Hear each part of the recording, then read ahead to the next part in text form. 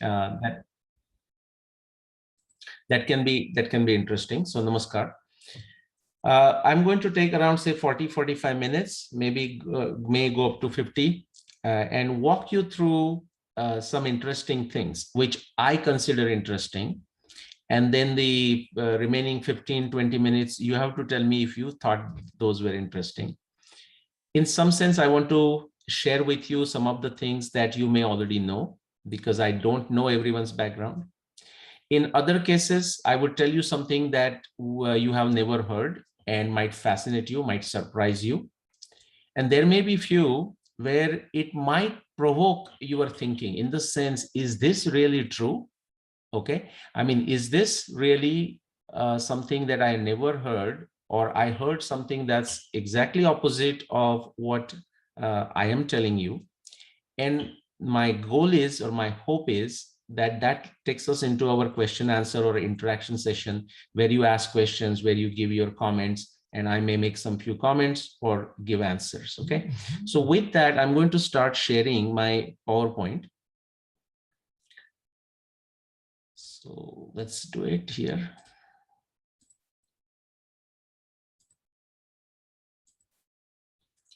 All right. So that's our subject: mysteries of ancient India, science, medicine, mathematics, astronomy. Now, anytime you hear the word mystery, what comes to your mind? The mystery is something that we don't know what's going in the background. Imagine you going to a show, say whatever place, a magician coming to your birthday party and performing few magical tricks. Now, if you are fascinated by what he or she does, then it's a mystery to you, and that's why you are fascinated. But of course, you know that to the magician, it's not a mystery, okay? The magician happens to know everything that's going behind, because he or she is the one who is creating it. Now, science is like that. Until we know why certain things work the way they work, it's a mystery to us. But if we know the background mechanism, then it's no longer a mystery. That does not mean we are no longer fascinated by it. We are still fascinated by it. Okay, same thing with the medicine, mathematics. And although I said science, medicine, mathematics, some of the example I'm going to share, they will be a blend of all of these three.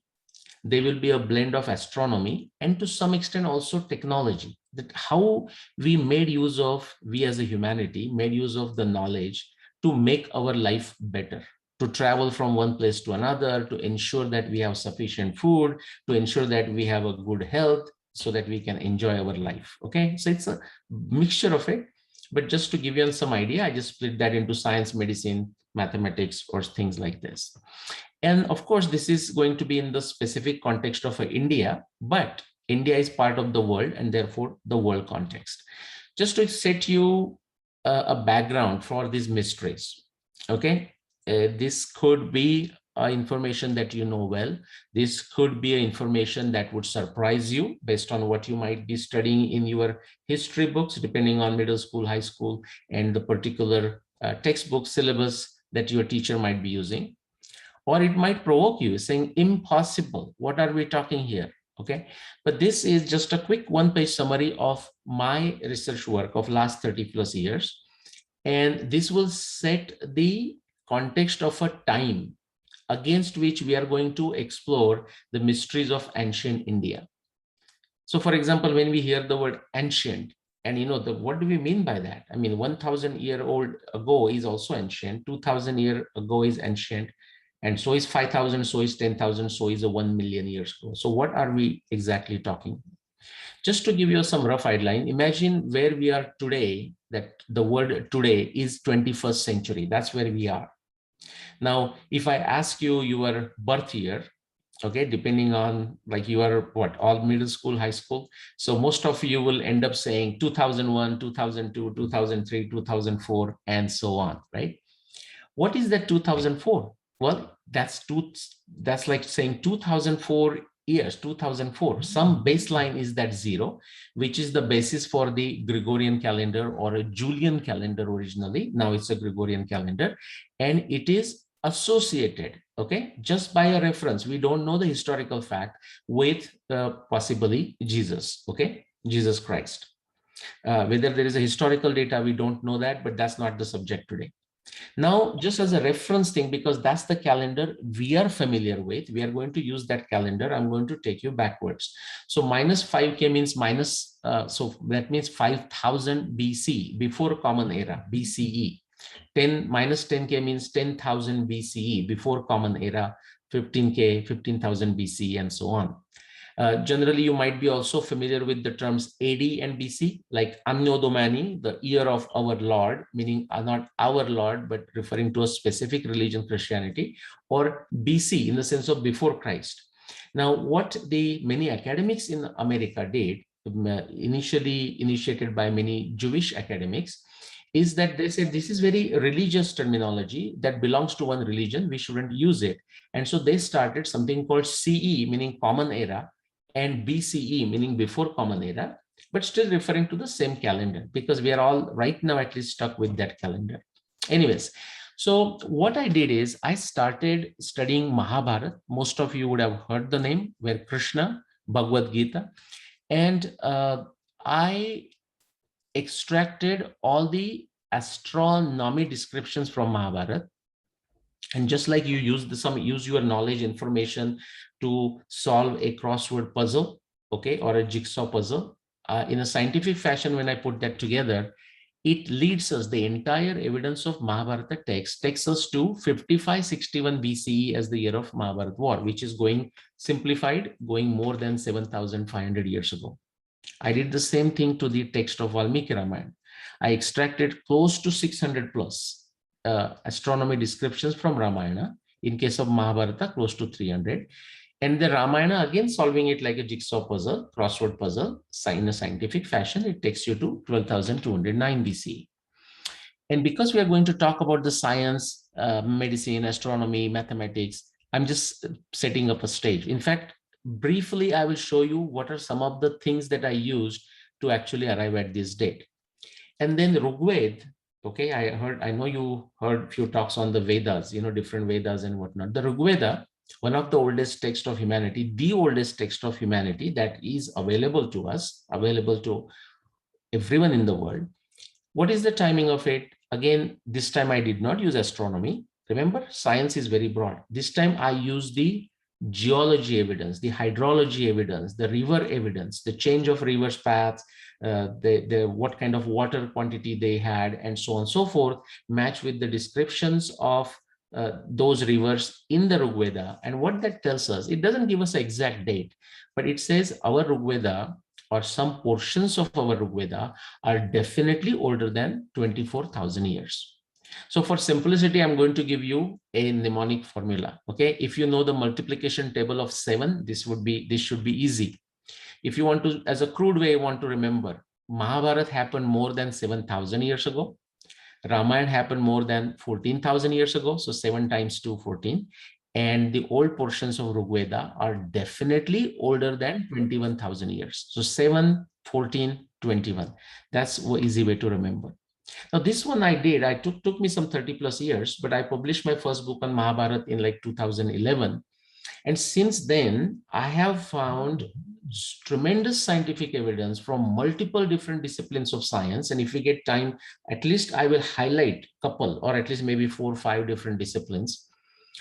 That evidence perfectly supports this timeline that I have developed. Okay. And if any one of you find more curious to do it, you can go to YouTube. Just type my name, Nilesh Oak. Okay, and you're going to find, I don't know the exact number, but possibly 100, 200, 300, 400 plus videos. Okay, and they range from like a few minutes, like a 2 to 4, 5 minutes, all the way to 90 minutes. Okay, that long, and you can watch those. If you are into reading, these books are available on Amazon, all written by me. The Bhishma Nirvana, that is to do with the Mahabharata dating. Historic Rama has to do with the dating of Ramayana. And when did the Mahabharata war happen? Well, the title gives it all, right? When did the Mahabharata war happen? It talks about the dating of Mahabharata. So you can read those if you like, especially if you are into science, you like math, you like astronomy. And those of you who don't like math, that's perfectly fine. But somewhere you have to say, you know what, I don't understand this astronomy. I will just trust the author, but at least I want to see what conclusion he drew. To set our stage, is science Western in origin? Now, if it was interactive and your phones were off, I would have asked you that question face to face, but I'm sharing a PowerPoint, so I'll not ask that. Many of us think that the science began in Western Europe, UK and France and Germany and so on, some 500, 600 years ago. Now, some people think we might have some inkling of it around the world, like the Greeks and Romans, but that's usually what you're going to hear in your work syllabus.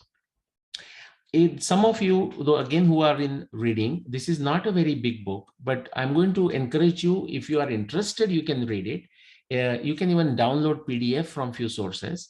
Is science Western in origin? Okay, this is written by Professor C.K. Raju. Okay, he's in India.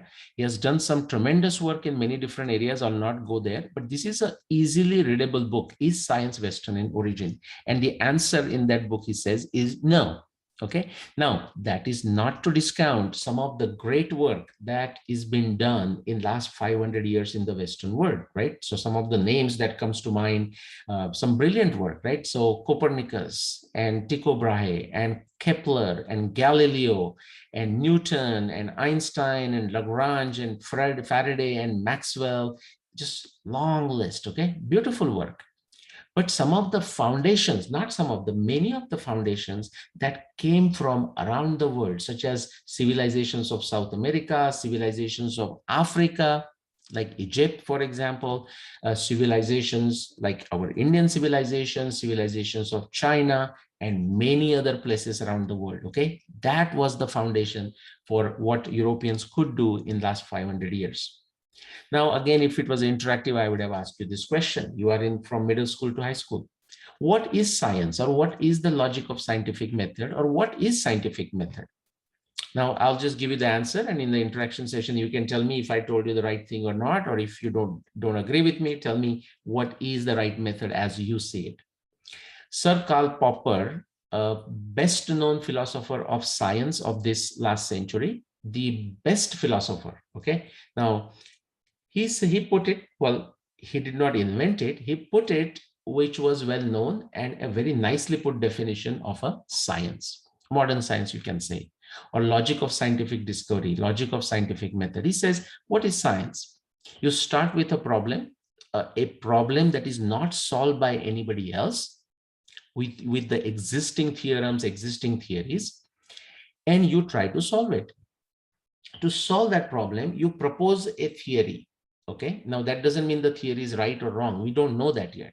But you propose a theory, and one of the consequence outcome of that theory is the solution to your problem. Then what do? Are you done? No. Then you start looking for evidence. Then you take that evidence and find a way to objectively test it. And then you draw the inference. Then you look at additional evidence, see anything conflicts with it. And essentially, you have to come out with a scenario which is more likely versus less likely. The science is not about proving things and disproving things. In fact, science does not like that language, although don't be surprised if that is the language you use in your school. In the elementary sense, we do use that for certain years. But once you get deeper, we don't like the language of proving and disproving, because science cannot prove things, it cannot disprove things. It can disprove certain theories, okay? Certain claims it can disprove. So what does it do then? It corroborates, it tends to support, it brings the evidence that tends to support, and it can falsify an existing theory. So in word of Karl Popper, he says a science is a triangulation of explanation, prediction, and testing, that middle triangle, in the context of a theory and in the context of a background knowledge.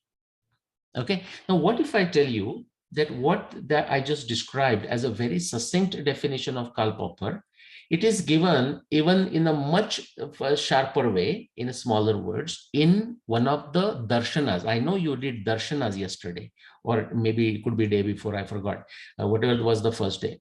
You did Shad darshanas, and you talked about Sankhya and Nyaya, if you remember, Vaisheshika. This is from the Nyaya Darshana, but you will find some slightly modified definition in each of the other darshanas also. This is from Nyaya Darshan, where it says Pratyaksha Anumana Upamana Shabda Pramanani. It said four things: Pratyaksha Anumana Upama Shabda.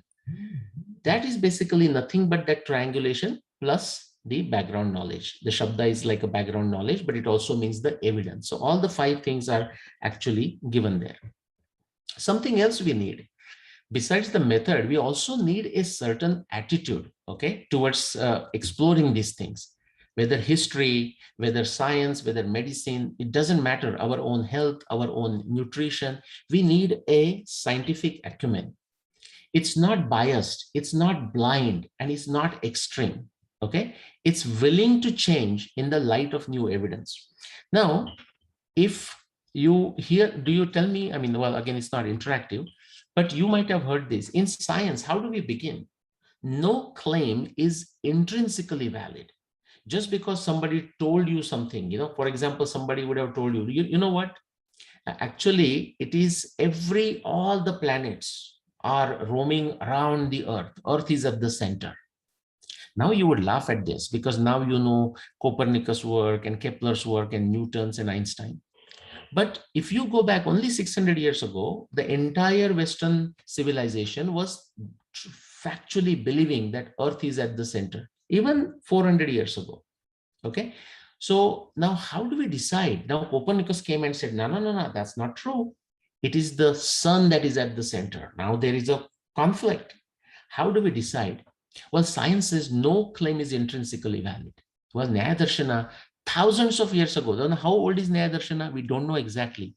But I'll tell you, the writer of Nyaya Darshana, also known as Sage Gautam or Gautam, and whether he or a person like similar, his name existed in the Mahabharata times, before Mahabharata times, existed in the Ramayana times, before Ramayana times. So more than 7,000 years ago, more than 14,000 years ago. Now, the Nyaya Darshana, it is referred to in the Ramayana, it is referred to in the Mahabharata. Okay, so whether the actual text, whether we have today was when written, we don't know. We know that this knowledge existed. And the next one, the Pramana Taschartha Pratipatte, is basically saying no claim is intrinsically valid. So what do we need to do? Hitchens razor. How many of you have heard Hitchens razor? Okay, listen carefully. What Hitchens said, Christopher Hitchens, he just passed away a few years ago, a British individual, famous atheist. Now in India, Hinduism, we don't have a problem of a theist versus atheist. Okay, but that's another subject. I'll not talk about that in this one. Christopher Hitchens, a very brilliant mind, he said in the context of a science or any claim, he said, now listen carefully, whatever can be claimed without evidence can be dismissed without evidence. So somebody makes a claim and you say, okay, based on what? He says, well, what do you mean? I'm just telling it. You listen to it, right? I mean, how can I be wrong? Then you say, well, no, I don't have to listen to you if you don't have evidence. So whatever can be claimed without evidence can be dismissed without evidence. That's called Hitchens razor. Okay, as a statement, as a logical understanding. Nyaya Darshana, thousands of years ago, is saying the same thing. In fact, because of just to manage the time, I'll not go deeper. What the Nyaya Darshana says, Pramana Anupapatya Upapattibhyam, this is in Sanskrit, is even more powerful than Hitchens razor. Okay, but I'll just skip, and if we have a time in question answer, we might go there. Scientific investigation, another important thing. Remember, if you have heard about the creationism versus evolution, okay, or Einstein's theory versus Newton's theory, okay, is something happens based on a germ, or does something have to do with the nutrition? I mean, these are all there. Remember, all the scientific theory, claims, investigation, comparison is always between two competing theories that claim to solve the same problem. It's never about whether that thing is a right or wrong. But many people, even so-called educated people, don't get it. In science, it is always about a comparison between the two to decide which theory is a better. It may not be perfect. In fact, there is no theory in science that is perfect. None. Not even Einstein's, not Newton's, not Kepler's. No theory is perfect. Okay. So now that particular principle, which is well understood in science, again, Nyaya Darshana is talking about this thousands of years ago. It says in Sanskrit, Swa Pratipaksha Sthapana Hino Vitanda. What does it mean? He says, you want to do a debate about a certain theory, debate about a certain solution. Now you are criticizing some person's solution, but you do not have your own solution to the same problem. You are just doing a wrangling. You are wasting everybody's time. That's not allowed. You should be declared as a defeated and removed from the debate. He's saying, so pratipaksha sthapana hino vitanda. You don't have your own position, alternate position. You are wasting everybody's time. Okay, you are doing a very foolish act. That's what it says. Okay, now I'm going to quickly take you to Ramayana times. I don't know if how many of you recognize this creature here. Now, looks like an elephant, and well, it might be an elephant, but if you look carefully, you're going to notice something you have not seen in the zoo. Again, if it was interactive, I would have asked you the question to tell me. I am going to tell you what it is and see if you notice. That elephant-like creature is shown with the 4 tusks and not 2 tusks like our modern day elephants. Now, what do we have to do with it? Let's go to more than 14,000 years ago to the timing of Ramayana. When Hanuman is in Lanka and trying to look for a Sita, what he notices there is that Ravana's palace is being guarded, okay, of course, by military men, soldiers, and whatnot, but also guarded by elephant-like creatures, and I'll give you the translation here, that's easy to see, by armed soldiers, but also elephants, and it gives a description, elephants with 2 tusks. Now, that's not a surprise, you are used to it, but also 3 and 4 tusks. Now, we have not seen 4-tusked elephants in our times, but the question you may ask, well, what about Ramayana times? I mean, were they there? I mean, is there evidence for their possible existence? And remember, in science, we are like beggars. Beggars cannot be choosy. We wish to have evidence, we may or may not have evidence. And if there is no evidence, we cannot talk about a certain claim. That's what we saw. Fortunately, you see the evidence for similar creatures with 4 tusks around the world. That's what I'm showing you the map, but not in our times. Okay, they are known by different names, Stockdown and Gompotheres, and there are many names. I'm just picked one. But the modern evidence, the archaeology evidence, the fossil evidence shows us, sorry, the fossil evidence, something is wrong. Okay, the fossil evidence, sorry, the date is missing, that's fine. The fossil evidence shows us that these Gompotheres-like creatures, elephant-like creatures with 4 tusks, existed for millions of years ago, but they also existed as late as 9,000 BC, which is to say what? 11,000 years ago, okay? And I told you just now where the Ramayana happened. It happened 14,000 years ago, okay? So yes, there were creatures like that existing in that time. So not a surprise if Valmiki Ramayana describes elephants with 2, 3, and 4 tusks. Okay, let's go further. Something about the world geography, very fascinating. Okay, again, imagine yourself thinking you are there in the Ramayana times 14,000 years ago. And if you know the story, great. If not, just a quick summary of that story. Then Rama with the Sugriva gets all the Vanara parties together, divides. The Vanaras are not monkeys, they're human beings, okay? They're just called Vanara, those who are living in the Vana, meaning a forest. They have a preferred lifestyle, just like we have a preferred lifestyle. Okay, we want to live in a suburb, we want to live in the main city, we want to live in the smaller places, we want to be vegetarian, vegan, whatnot, right? It's a preferred lifestyle for them. These Vanaras have come together and Sugriva sends them in the 4 different directions. Now, in reality, they don't go that far. But Sugriva gives the descriptions in each directions, and lo and behold, the descriptions that are there in the Valmiki Ramayana, where Sugriva describes each direction, essentially he's describing east direction from India all the way to Andes, that is South America. In the south, he's describing India to Antarctica. In the north, he's describing all the way to the Arctic Sea.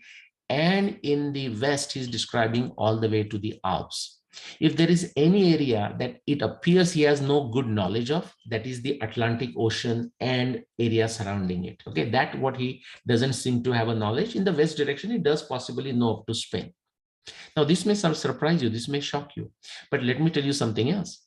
If you read some great science books, only 100 years old, like say 1893, okay, Sir Oliver, I have that book with me, and it shows the Earth, 1893, guys, I'm talking. It does not show on the globe there, Antarctica anywhere. It does not. Now, there were some European expeditions to Antarctica and they had reached there, but they did not know if there was a landmass or they were simply just looking at the iceberg. Okay, so not everyone was convinced that Antarctica was a land. Guess what? 14,000 years ago, Sugriva is describing that as a land, but he's also talking of possibly some people living there, not very good condition. He says, he tells Vanaras, don't go there. It's very treacherous to go there and very difficult to come back. It's all a dark place and so on. He says the same thing about the Arctic. Because of a time, I will not go there again. When he talks of Arctic, he talks about the northern lights or aurora borealis. Okay, he's saying that's what you will see. Although the place is dark, even it's shining through the night. Those are the descriptions from Valmiki Ramayana. So great knowledge of a geography. Now, next question immediately you should ask is, how did they go to these places, right? Such a far distances. I mean, Pushpak Viman you would have heard, but everyone was not traveling by Pushpak Viman. Okay, and where is the evidence of Pushpak Viman? We'll not go there unless we go into the discussion. But something else I want to tell you, because I mentioned India to Andes, okay, what did they find there? How do we know that Sugriva knew Andes? Okay, there are many pieces of evidence. I'm just showing you one here, again, to keep within the time. This is a structure. Some of you may know it if you have gone traveling to South America. This is in Peru, just on the west coast. I mean, the coastline there near Paracas, okay, Bay of Pisco. This one is engraved into that phosphate rock or whatever the colorful rock it is. It's known as the candelabra of the Andes. And in terms of dimensions, it's not a small structure. It's 600 to 800 feet tall, 2 to 3 feet deep. That's how it is dug, and it's created into that stone and can be seen from 12 miles in the sea. When Spaniards went to South America, and the local natives, when they ask, hey, who built this? When did you build this? They say, oh, we don't know. It says, do you know why it was built? No, we don't know. Do your forefathers built it? Said, no. Even they told us that this structure was always there.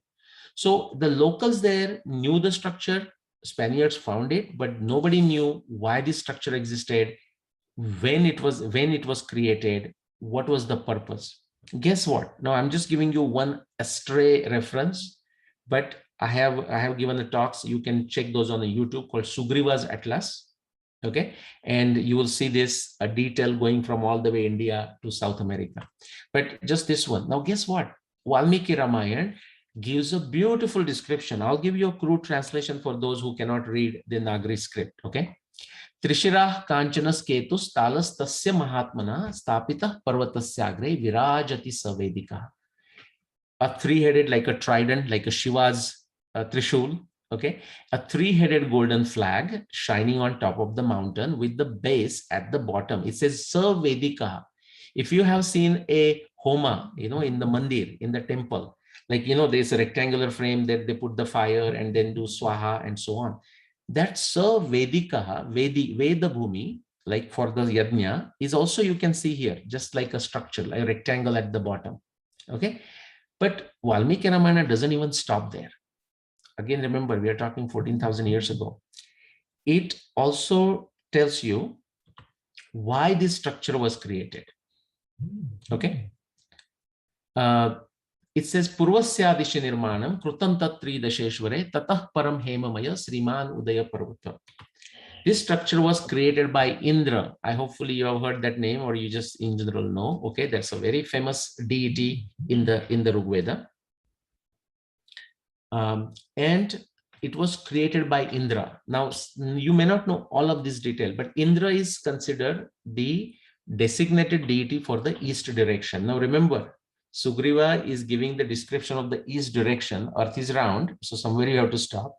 And he calls the Andes as the Udaya Parvata, the eastern mountain. That's where the east direction stops. Just like our international day line that goes through the Pacific, right? The same thing. It's the same concept. but 14,000 years ago. He says it was created by Indra to mark the eastern direction. Okay. And beyond that, if you go, you will find the mountain covered with the snow. The Hemamaya Sriman Udaya Parvata, that is the Andes mountain. Now you must be asking, okay, well, how were these guys going? Okay, well, I mean, boats, I mean, everyone cannot be going through the plane, but we don't have evidence of a plane, of any physical evidence of Pushpak other than the descriptions in Valmiki Ramayana.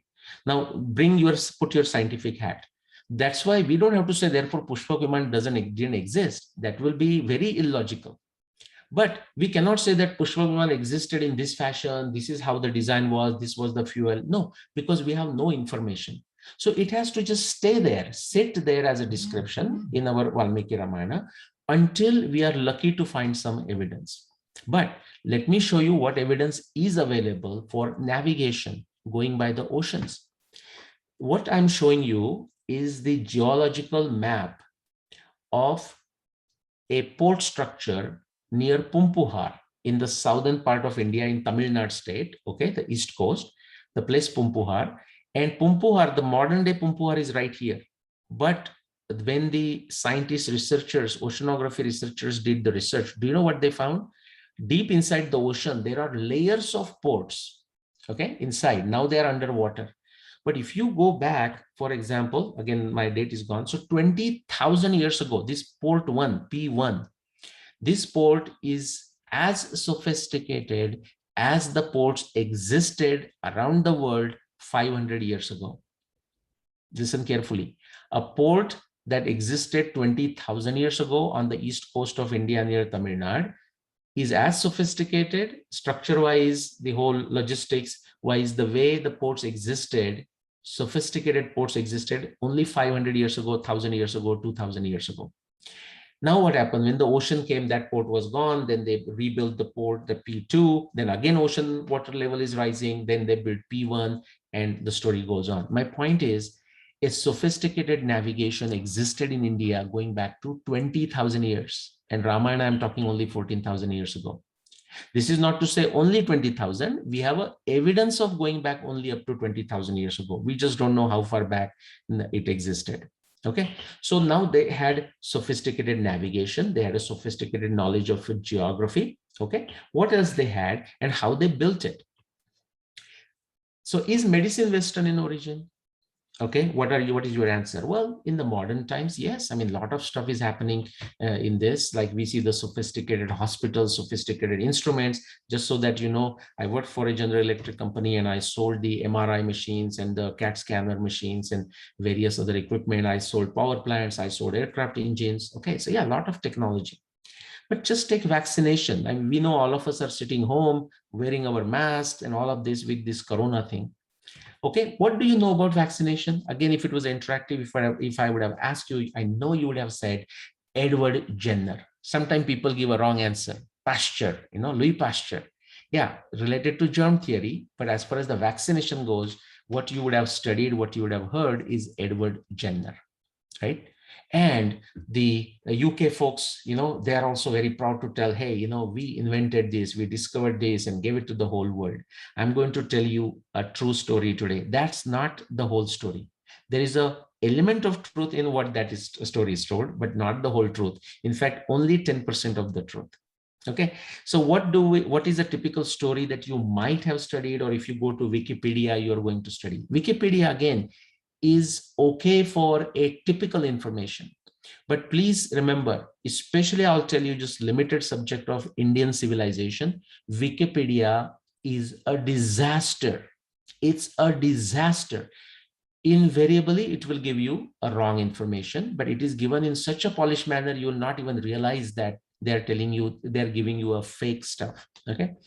So please, I will encourage you, those of you who are curious, to go back and check on Wikipedia what it says.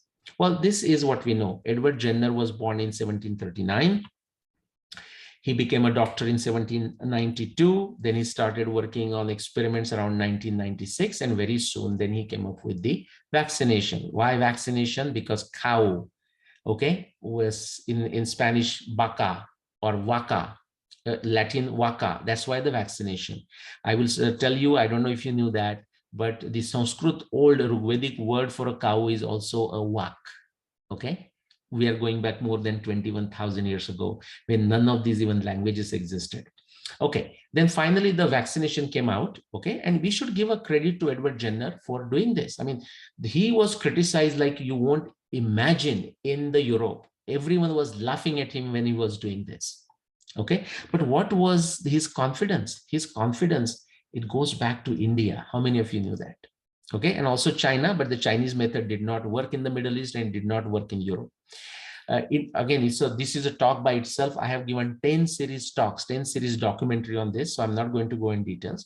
But there is a documentary evidence accepted by the Europeans. In fact, we know that because Europeans wrote it, at least going back to 14th century in India about this inoculation. And I'm going to show you the evidence exists even in the Mahabharata, that is going back 7,500 years ago. It's called Shita Putana. Okay. So a documented evidence for the inoculation, they call it invariolation, slightly different than what Edward Jenner did finally, in India going back to 14th century and before. Instead of giving it to like a cow, meaning developing through other ways, they directly use the cow smallpox vaccination itself to cure the patients. Okay, and they were doing it. And now look, contrast this with what Europe was thinking, because Europe was also getting smallpox. You may not know the story of European deliberately bringing smallpox with the blankets and giving it to the Native Americans. You might have studied that in a history. Europeans were thinking of a smallpox only as a skin problem, like some inflammation of the skin, and therefore their treatment was wrong and people were dying. Okay, while at that time, European people in India, in the West Bengal area or the Bengal area, have written papers in Royal Society, admitted that the efficiency and efficacy of the Indian method was so powerful, it was better than Six Sigma. Maybe 1 in a million person might die. Okay, those who have gone through this treatment. In 1731, Robert Colt wrote a long paper from India, okay, describing the Indian method of inoculation. Okay, then 1767, Dr. Holwell, he also wrote another paper on the inoculation against the smallpox, the Indian method. They were trying to convince the Europeans to adopt it. Europeans were not willing to adopt it. They were into their dogma, you know, they were thinking it's just a skin condition, and very much of a dogmatic society at that time. Very sad thing that they took this knowledge from India. These two people did a great thing. But finally, when Edward Jenner described the inoculation, guess what? This is the method applied by colonialists for a long time. Once they snatched the knowledge, stole the knowledge from different areas of the world, and they finally understood it themselves, they modified it, guess what? They took away the roots of the origin. They didn't want to give credit to those people. To the extent, in fact, in 1802, the Indian method of inoculation was banned by the East India Company, which is a British company that was controlling parts of India. They banned it. They did not want the Indian method to be used because now with their method, they can sell it. Okay. I mean, that's the politics of medicine. And guess what? It's only then, no, these are all documented proof, but the denial of Indian origin of inoculation continues down to our times. I have seen papers in a peer-reviewed journals in 81 and as late as 2012, still not giving the due credit to Indian origination of this. So that's the Indian medicine system coming to the rest of the world. Quickly, rhinoplasty. Do you know what that means? Like somebody, you know, like what you call plastic surgery. What's the origin of it? If you just go at a very functional level like Wikipedia, it will talk about things like this. And these guys should be given a credit, no doubt about it. Okay, so here Carpew, you know, wrote a book in 1816 about the rhinoplasty. Please note down this patch on the person's head. Okay, how successfully restoring the nose that is gone. Okay, like artificial nose, and then taking a skin flap and putting it on the top and making it like a real nose. And then somebody translated into German, and that's where this term rhinoplastic was coined. That's what we use today. That was written in 1818. It was done in Europe. Well, let's see how it came to Europe. That's why I note down that patch basically. Okay. See, he's writing plastic surgery. Do you know where that even the surgery became surgery now came from?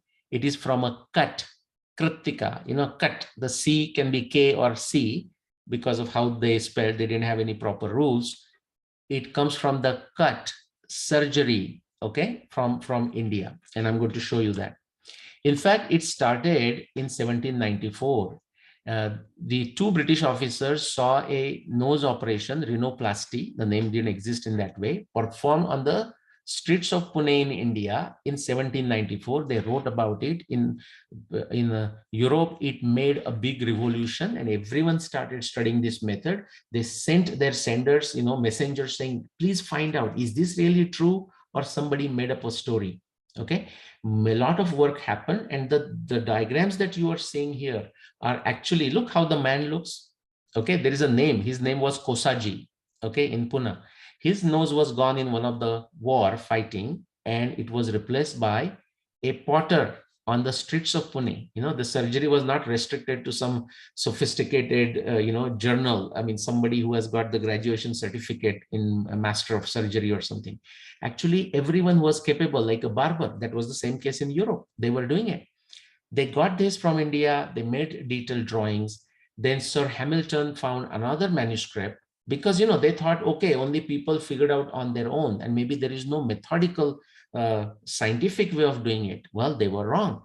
This Sir Hamilton found a document. This was, look, you cannot read it, even it's not Nagri. It is in a Gupta Brahmi script. This is a 2,000-year-old documents, 2,500-year-old documents. Sir Hamilton found it in 1890, somewhere in the China-Russia border. Okay, just imagine that. But it is actually in Sanskrit. Okay, and it describes all these great medicine men of India: Atreya, Harita, Parashara, Bhela, Garga, Sambhavya, Sushruta. Okay, and then if you go to Sushruta Samhita, which is one of the oldest texts on medicine in India, I'm not going to read this, okay, but this is describing exactly how to do the nose job, the rhinoplasty. Okay, Vishleshitaya, Stvatadasikaya, Vakshami Sandhana Vidhiyadavat. Now, don't think that only we sing this as a stotra or a mantra in the praise of a god.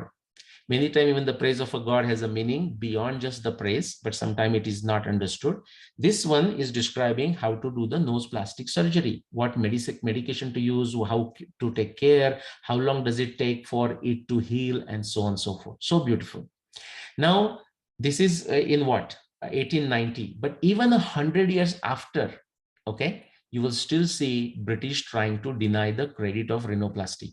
Some of the highlighted words, what did they say? Even when they took our technology, they said to criticize the subject matter of this work in detail would be labor wasted. Its interest is rather antiquarian than scientific. So they are taking it, the knowledge, scientific knowledge in one hand, but refuse to acknowledge it as a scientific on the other hand. And that gets into our history books. And then we say, oh, there was no science anywhere else except the Europe or Greece and Italy and so on, or Rome. But then he says, but a collection of complex farragos, meaning the combinations, the formulations, prescribed according to a fanciful and erroneous pathology is practically useless. See the language? Now, these are the same folks, okay? Glaxo, if you have heard the company name, Glaxo Wellcome. The CEO of a Glaxo Wellcome, this is in last century, last 100 years. He sent his expert person to India in last 100 years, actually last 50 years, okay, 80s or 70s, with a task to go to India, okay, scour every single Ayurveda Indian medicine text he can find and translate those and note down the formulations. This is 50 years ago. Number of you may know the brand called as Aveda, A-V-E-D, Aveda, right? Do you know what it stands for? Surprise, surprise.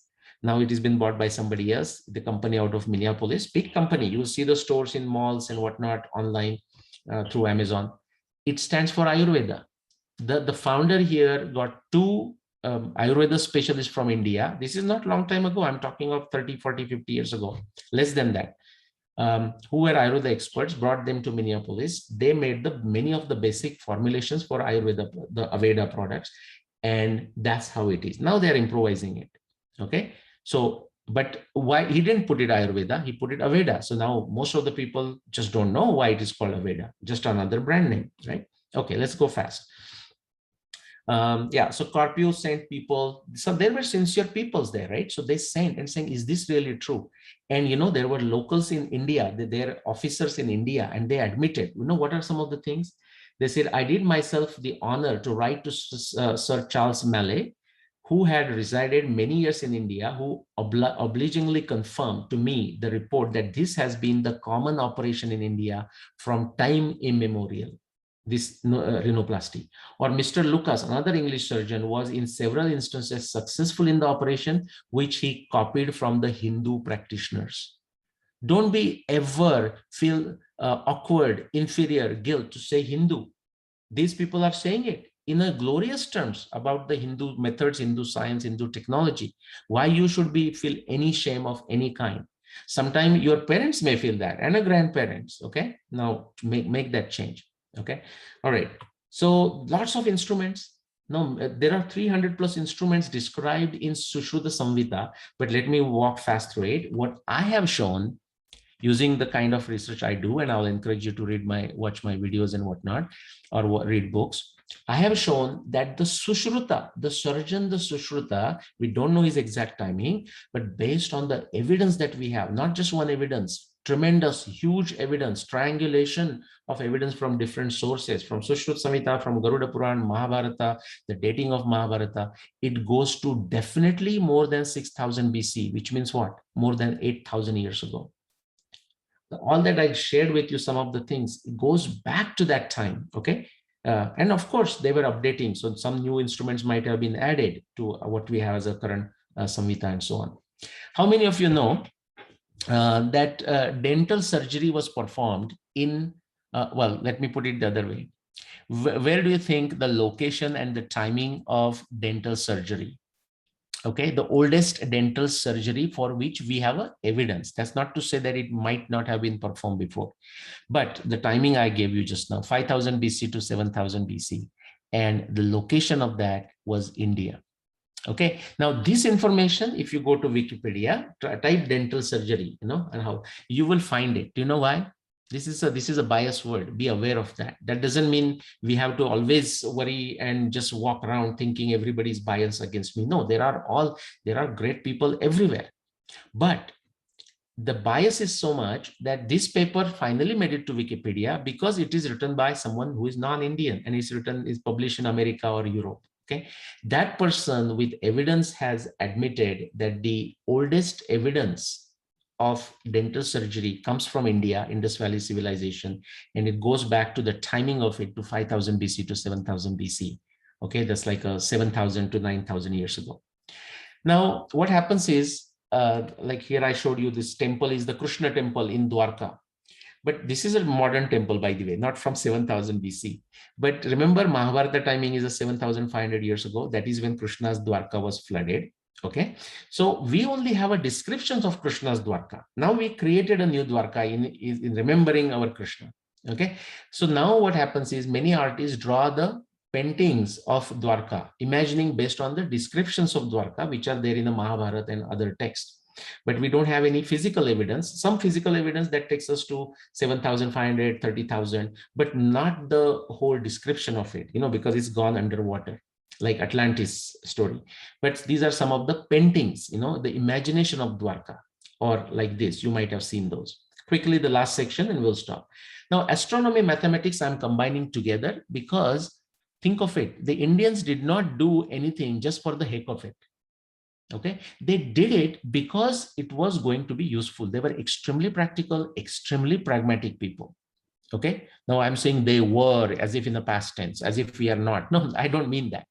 But last 300 years of colonial education and their faults, but many of our own faults, that we chose not to do the hard work that we needed to do. We are in a situation, we meaning sometimes your parents, you are like like second generation kids here. They did not put the efforts that they needed to put to understand their own civilization. So that's why they're sending you to the summer camp. No, I'm just joking. Okay. So they are doing the best that they can. Some of the luxurious thing that you have, they did not have. Like me, I came from India when I was a 20-year-old to do my master's. Okay. With 750 borrowed dollars in my pocket, and of course a fellowship from here, but nothing else, So our focus sometimes could be different, but you have this luxury. Don't waste it. Okay. Every single resource you can imagine is there in America. That's the beauty of America, the infrastructure. But if you don't use it, you can just dumb down your brain very fast. Astronomy and mathematics are very closely tied together because to do a sophisticated astronomy, mathematics is required. Now, why do you need astronomy? Aha, you need astronomy to live a good life. And you say, well, not really. I can have my smartphone and I have a good life. Well, the smartphone, there is a lot of astronomy behind it that people don't realize. Okay. For agriculture, that means we have a sustainable food sources now also, but even before, people needed a good knowledge of astronomy to understand when the monsoon would begin, the rainy season would begin, when you should sow the seeds, when you should remove the weeds, when you should cut the crops, and so on and so forth, predicting weather patterns and so on and so forth. And remember, ports going 20,000 years old, for the navigation, you also need a good astronomy. Just, I don't know if you have seen the Viking series or something. Without the knowledge of astronomy, it is impossible to travel. The Europeans could not explore the world truly until 500 years ago. Do you think why? First thing, they did not have sophisticated boats. By the way, until the Second World War II or First World War, the place for the most sophisticated boats building, technology, the skill set, labor, who knows how to build it, around the world, the best place was India. You don't have to take my word. Remember, trust but verify. You can go to Wikipedia and do the navigation technology and its origin and where the technology existed and so on and so forth. You'll be surprised. Okay, even I did not know that like 10 years ago. And my American friend, American engineer working with me, he said, oh, wow, I didn't know that. I said, what do you mean? He said, well, the most sophisticated the shipbuilding technology existed in India until 100 years ago. Okay, I didn't know that. Okay, but so you need shipbuilding technology, but you also need a knowledge of astronomy. What the picture I'm showing you, I'll not go into the details. These are the references, Sanskrit references I'm pulling from Valmiki Ramayana. There are 6 references I pulled here. Okay, I will not even read them. It is telling you which star was a pole star in the northern hemisphere, which star was a pole star in the southern hemisphere, and what were the situation at the cardinal points in astronomy, which is to say summer solstice, winter solstice, spring equinox, fall equinox. And if you take those verses, try to understand where this fits like a jigsaw puzzle, it takes you to 13 millennium BC, 14,000 years ago, okay, for the Ramayana.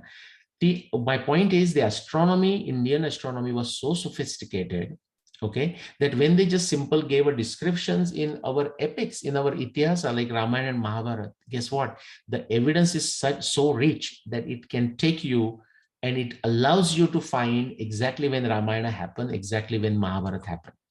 Now, something interesting, what I just showed you here, the 13 millennium BCE, now I'm just switching gear to go to another astronomy text. I don't know if you have heard this from other lecturers or otherwise. You can go and check online.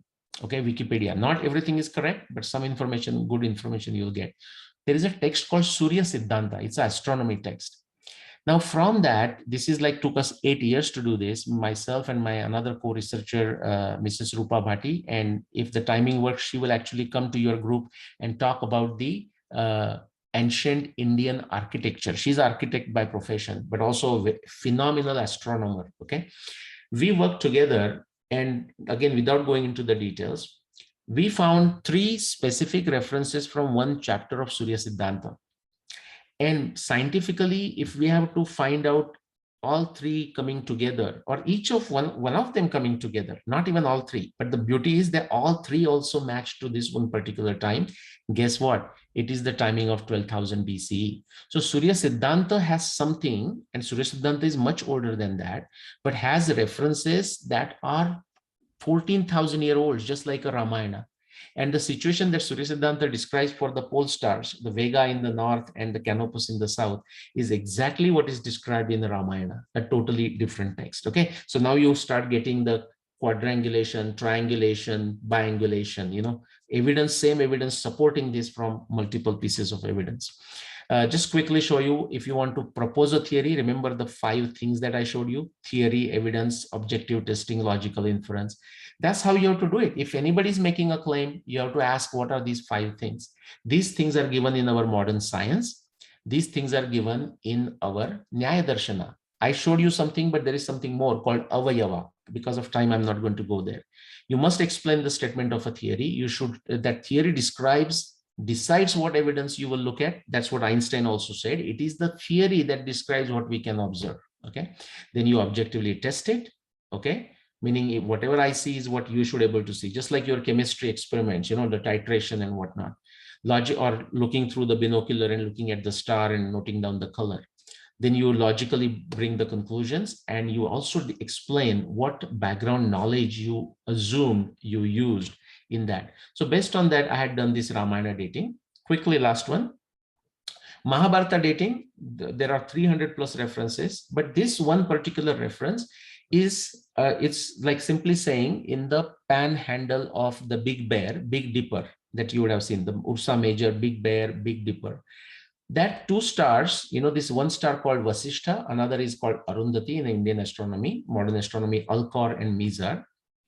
You know what, right now, if you look at it in our times at the night sky, you will see that the Vasishtha or Mizar is walking ahead of Arundhati, because it's not walking, Earth is rotating. So when we look at the north direction, because Earth is rotating like this, we see, okay, Vasishtha comes and Arundhati behind, and they make a circle around the North Pole star. That is in our times. If you go back 1,000, 2,000, 3,000, 4,000, 5,000, 6,000 years, it's the same scenario. Vasishtha ahead, Arundhati behind. Now, why is this a big deal? The verse that I showed you from Mahabharata just before here, this is saying at the time of Mahabharata war, it was the other way around. It was the Arundhati who was walking ahead, Vasishtha behind. And you know what? Again, the world looked at this a statement like this, and they said, look at these Hindus, look at these Indians. They write something that is impossible in the sense of astronomy. This is impossible in astronomy. That's what they were saying. You know how long they were saying this? Until 2009. Now, I came across this verse in 1995 when I was doing my master's in Canada in chemical engineering. And I thought this is fascinating. Why would Vyasa say something which is not possible astronomically? I continued to research on this. It took me 15 years. I thought actually one weekend and I may solve it. I was full of myself, you can say. I was very naive about astronomy. It took me 15 years from 1995 to 2009. But one day in 2009, I was always working, but I finally solved the mystery. It was no longer mysterious, because I knew exactly what was happening. What was happening? This is how we see it in our times and for last 6,000 years. And if you find these 2 years, 11,000 years ago, 11,000 BC and 4,500 BC, the Arundhati Vasishtha, they were walking together, no one ahead, no one behind. Okay, gender equality, you can say. But if you look at the situation between these 2 years, 11,000 BC and 4,500 BC, guess what? Arundhati was walking ahead of Vasishtha for that 5,000 year period. And then I use rest of the astronomy evidence from Mahabharata to arrive at a specific year for the Mahabharata war, 5561 BC, that is more than 7,000 years ago, 7,500 years ago. So that's how we use evidence like this to actually solve this jigsaw puzzle. Now, this is just one evidence. Now you have to go and look at additional 300 and see that it matches and it solves that same puzzle and it doesn't arrive at a different date. Okay, quickly, who borrowed from who? People think, okay, you might have read this. Go to Wikipedia, you will see this, that Indian astronomy came from Greek or Romans or something like this. There is absolutely no truth in it. Having said that, if that's what your textbook says, during the exam, do write that answer so that you get it right. Okay. In fact, just imagine this. This is Greeks, okay, doing the map of the world, okay, this one here.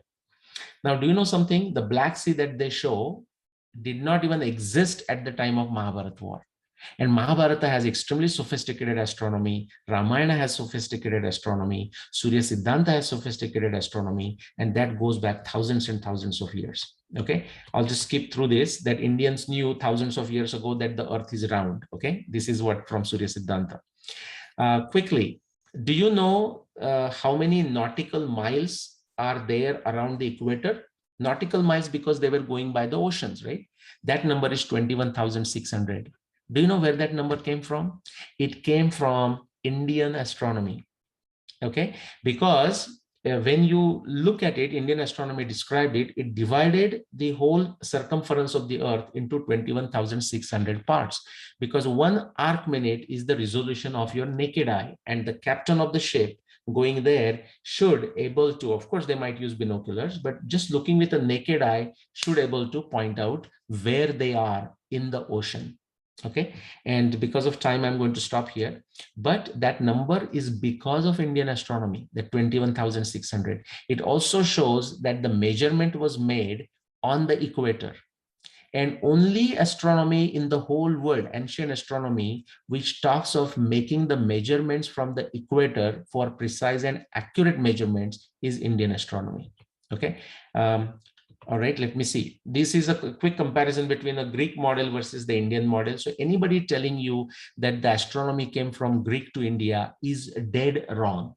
Okay, you can ask for evidence, and the evidence for the other way is given here. The right side is the Indian astronomy model. It's so sophisticated. In fact, thousands of years before Kepler, they had recognized the elliptical nature of the orbit. But because of the mathematical certainty, even Kepler struggled with that. Kepler did not have the mathematics required to do it. Indians did actually had it before Kepler, but not 14,000 or 20,000 years ago. They dealt with it in a very ingenious way. And by doing this, if I had a time, I would have gone with this. This 3438 number is a magical number. It's a very curious number in Indian astronomy, and that has to do with the 21,600 miles. Those of you who are good with math, think of the circumference formula, okay, pi d or 2 pi r. So this r times 2 times pi will take you to 21,600. Okay, they knew it. That's why they figured it. So what's the beauty? A person, a captain going on the ship, okay, on the ocean, once he makes a measurement, he doesn't have to make additional complex calculations. He can go to his chart and he is going to find out right where he is physically because of the specific number they use for the radius. It's a very arbitrary number in some sense, but it's not arbitrary. It has to do with the resolution of the eye, okay, and the circumference of the earth. And based on the latitude, they made a corrections for that 21,600, because it won't be 21,600 if you go away from the equator. It was that sophisticated. I'll skip through this.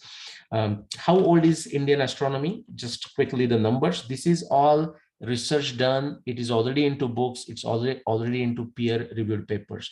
Going back to at least 17,000 years ago, our research shows the Surya Siddhanta goes as far back as 40,000 years ago.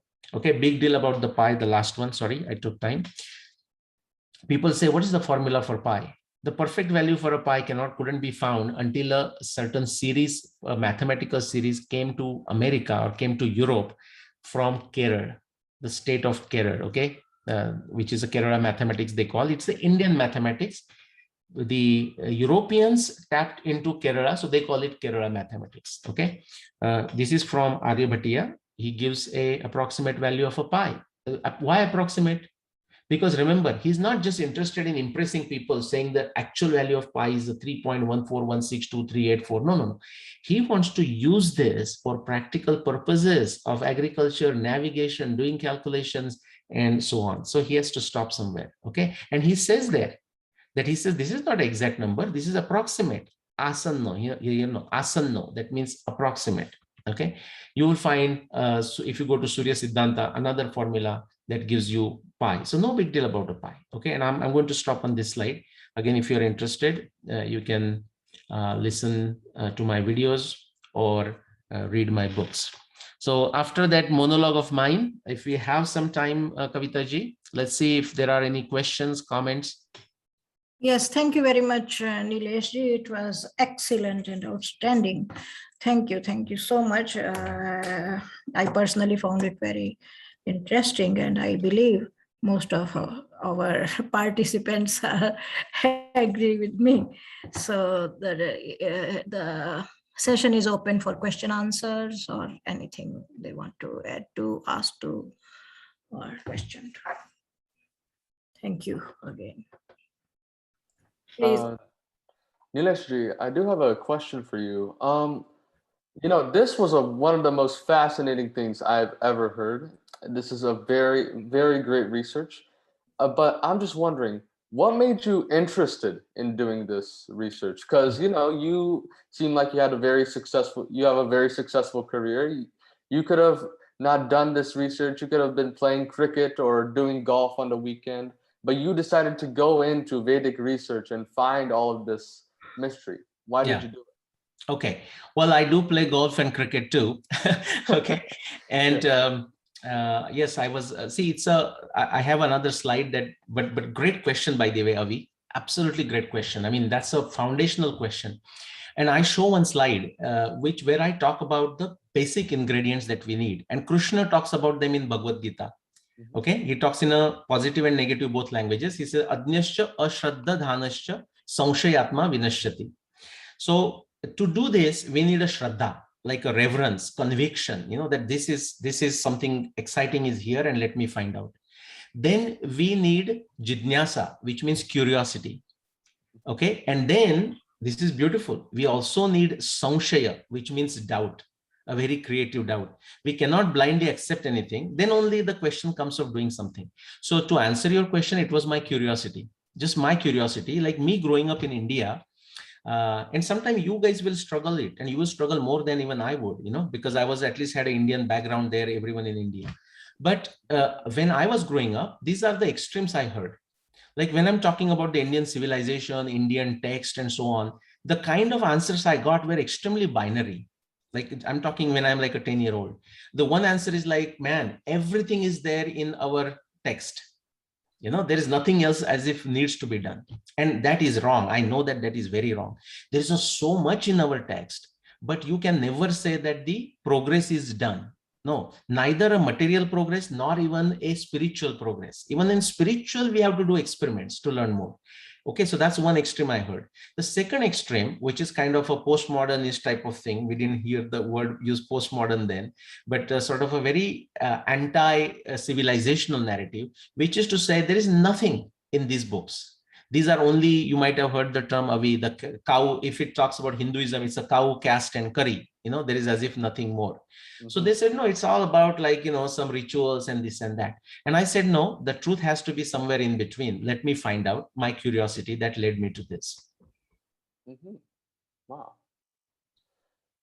Yeah, thank you. Amazing, amazing. Any other questions? I mean, I can go quickly through this list here, or I don't know how much time we have. We might be at the end of our timing here. Let me see, Kavita ji, if I can take a few minutes and see if I can quickly answer those questions. Do we have a time? Yes, please. Okay. So let me see here in the chat session I'm looking at. Garima Mehta ji, this is extremely knowledgeable session. We can be so much proud of Hinduism. Thank you. Deeply Indian, such a wide study makes me feel more proud. Vibha Vare. Thank you very much. Vibha Kare. Okay. This has been happening since so long. They never teach colonization in their countries. Yeah, now it is changing slowly, but you are right. Even the textbooks are still don't talk of it. And again, we need to be very objective and fair. Okay, so for example, we should not confuse that somebody did something to us and that person's grandson is now responsible for it. We have to be very careful about that. Okay, and any civilizations, what happens is there are three Sanskrit words: Sanskriti, Prakruti, and Vikruti.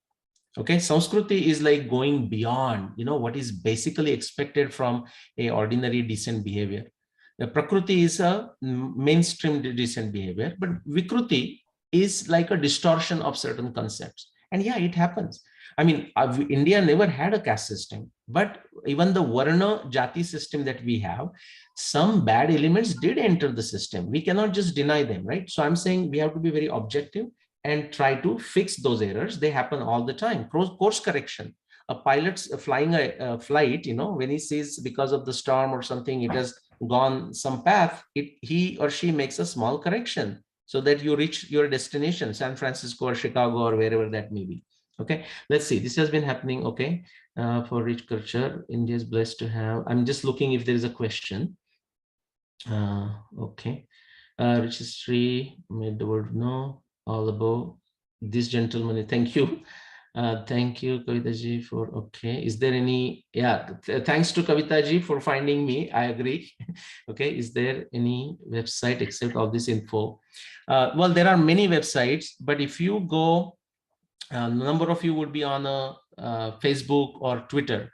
My Facebook, if you go to Facebook, Nilesh Nilkantha Oak, or Nilesh Oak, if you type, you should find my site. And right in my profile, there is a link where you can find my link to my blog, link to my social handles, link to, I have made a list of like 40 specific research accomplishments of mine made over last 10 plus years, books and blogs and videos and everything. And there are many other sites, like, also I would encourage, if there are parents here and even those students right now, when you get a time, at least one book, I mean, there are many books, C.K. Raju's book I mentioned, my books, if you find them too technical, don't worry, just ride through the book, the multiple readings are required. But also Raju Malhotra's book, Being Different. Okay, it's not always an easy reading. There is no mathematics in it, but every family, especially parents, must consider Raju Malhotra's Being Different, okay, as like a must read and something that you may read with your family. And it may take time. It's not something to be finished, it is to be read and reread. There is a website. Okay, that was so interesting. Let's see. Can you recommend a couple of books for all the knowledge he taught? Okay, so my books, I said, then Raju Malhotra's Being Different, Professor C.K. Raju's Is Science Western in Origin. Also, his another book, it's available on Amazon and not that costly. I mean, none of these books are costly. Is Euclid and Jesus. Definitely, I'll encourage you to read that book, Euclid and Jesus, okay, by Professor C.K. Raju. All right, let's see. That's right. I don't see. Oh, what? Oh, okay. One more question, Kavita ji. There. What caused the elephant's ancestors to have 4 tusks? Okay, that's it. That is asked by Yashnil Gajala. Yashnil, it's not what caused them, because we are going backwards in time. You might have heard these creatures called. Please, somebody help me here. Avi or somebody help me. Like if you go beyond 11,000 BC. During 11,000 BC and afterwards, during something known as a Younger Dryas, significant flora and fauna species were wiped out from the surface of the earth during the Younger Dryas, when it was an extremely cold spell for 1500 years. Okay, this is after Ramayana times, before Mahabharata times. Okay, and there are evidence related to that in our ancient astronomy text, but that's not the subject today. Again, I have spoken about this in my videos. But to answer your question, so they, what are they called? Just help me. Someone knows. These are big elephant-like hairy creatures. You would have seen in the those are mammoths. Mammoth. Mammoth. Thank you, Yes. thank you. The Ice Age movies, right? Ice Age Part Yeah, 1, 2, 3. yeah. Just so these creatures, they existed around the world, different, known by different names. And yes, they had 4 tusks. Now, actually, some of the, I mean, out of the 4, a few tusks fell down as they grew up. But at certain age, certain lifestyle, certain lifespan of theirs, they carried 4 tusks and even a 3 tusk, and so on and so forth. So that's the answer. So I know there will be more questions, but because of time, we have to stop. My pleasure. Thank you very much for being there. I know it's not always easy to listen to a monologue, but that's the nature of, with the online things we have. So thank you again. Unless there is a question, we can stop here. Thank you, Nilesh ji. Thank you, everyone. It was wonderful and very nice to have you here. And we have an hour and almost 40 minutes break for the lunch. And the next session is concept of karma and law of karma. So I want to ensure each of you, all our eminent scholars and speakers are equally intelligent and brilliant, and you will see they all are from the very professional background, very huge contribution to this ancient heritage, knowledge and everything. So you will really be very enriched and will feel very wonderful to listen to them and to keep in contact with them. So I thank all of them, especially Nilesh ji, for this session, and we would like to invite him on other occasions as well. So thank you, Nilesh ji, for now. We will see you soon. Thank you. Thank you. And I have written an email address. Those of you who asked there, it's also easy to remember. Dr. No from James Bond. Okay, drno.5561bce@gmail.com. So you won't forget the timing of Mahabharata. Okay, and NO are my initials, Nilesh Oak. Okay, thank you. Thank you, Ji. So Okay. we will see you also. Yeah. We all have to start again the Gurukul system, in which the Nilesh like gentleman must educate all of us so that we can all have the rich ancient knowledge which is lacking, and all should be included in the curriculum and in the class 9, 10th, 11th and 12th, so that the coming young generation may have this rich knowledge. Thank you. Thanks a lot, Nilesh, and namaskar to all of you from Bharat. Thank you. Thank you everyone for This is commendable. This is commendable. I really love the session. Thank you very, very much. Amazing knowledge. So much to be proud of being an Indian. So Thank you. grateful to the organizers. Thank Yeah, you. Thank you. extremely. Thank you very, very much for giving such an in-depth knowledge and doing it for all of us. We are trying our best to invite all the wonderful people around and inviting students to get in touch with them, have a direct conversation. But we have a limit after all. So we can ask people from India to connect with you this. all can promote to your network. Yeah, I'm continuously doing that. Thank you very much. Because we will be doing this until 30th of July. So 5 days a week, 4 sessions each day. So all are welcome. Thanks a lot. Thank you, Jay. Thank you very much again. Vibhaji, thank you so much. We end now.